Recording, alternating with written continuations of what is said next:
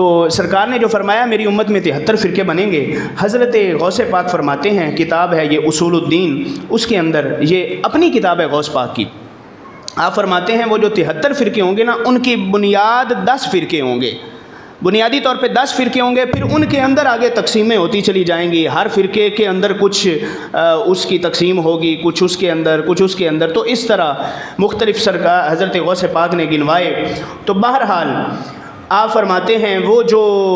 73 میں سے 10 ہوں گے مین میں صرف وہ گنوا دیتا ہوں، فرمایا ان میں سے ایک اہل سنت ہوگا، ایک خوارج ہوں گے، ایک شیعہ، ایک معتزلہ، ایک مرجئہ، ایک مشبہہ، ایک جہمیہ، ایک دراریہ، نجاریہ، کلابیہ، 10 فرقے گنوائے، ان کے اندر آگے تقسیم ہوگی۔ مگر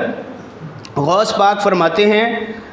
ہر فرقے کے آگے کئی فرقے بنیں گے، فَأَهْلُ السُّنَّةِ طَائِفَةٌ وَاحِدَةٌ، ہاں جو سنی ہوگا وہ ایک ہی رہے گا۔ سنیوں میں فرمایا نہیں بنیں گے، سنی ہی رہیں گے، سنی پکے ادب والے ہی رہیں گے، جو ہٹے گا وہ کسی اور فرقے میں چلا جائے گا، وہ سنیوں کا نہیں ہوگا، جو سنی ہوگا وہ سنی ہی ہوگا۔ اور آگے فرمایا اما الفرقہ الناجیہ فہی السنہ والجماعہ، یہ غوث پاک کا فرمان ہے، فرمایا جو ان میں سے نجات والا گروہ ہے، جہنم سے بچ جانے والا گروہ ہے، فرقہ ناجیہ، نجائن جو نجات سے ہے، ناجیہ چھٹکارا پانے والا، جہنم سے بچنے والا جو گروہ ہے، فہی اہل السنۃ والجماعہ، وہ سنیوں والا عقیدہ ہے، ادب والے لوگوں کا عقیدہ ہے۔ تو یہ وضاحت حضرت غوث پاک رضی اللہ تعالیٰ عنہ آپ نے کی ہے۔ تو حضرات یہی پیغام ہے، اللہ تبارک و تعالیٰ ہم سب کو بدعقیدگی سے، بدعمالیوں سے محفوظ فرمائے۔ جہاں پر جو ہے وہ عقیدہ درست رکھنا ضروری ہے، وہاں پر اس کا یہ مطلب نہیں ہے کہ بس سنی اپنے آپ کو کہتے جائیں اور باقی سب کچھ چھوڑتے جائیں، میں سنی ہوں تو بس میرے بیڑے پار ہیں۔ تو یہ تو ان کی طرف سے عنایات ہیں، جو آگے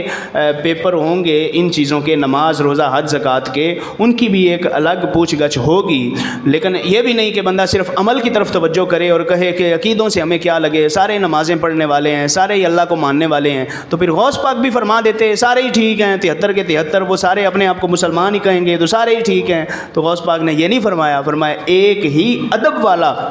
جو گروہ ہوگا اہل سنت کا، سنیوں کا، فرمایا وہی قیامت والے دن نجات پائے گا۔ رب ذوالجلال ہم سب کو ان اولیاء کرام کے عقیدوں پر ہمیشہ قائم و دائم رہنے کی توفیق عطا فرمائے، اور نت نئے اٹھتے فتنوں سے بچنے کی توفیق عطا فرمائے، ہماری اولادوں کو اور نئی نسل کو محفوظ فرمائے۔ وآخر دعوایا ان الحمد للہ رب العالمین۔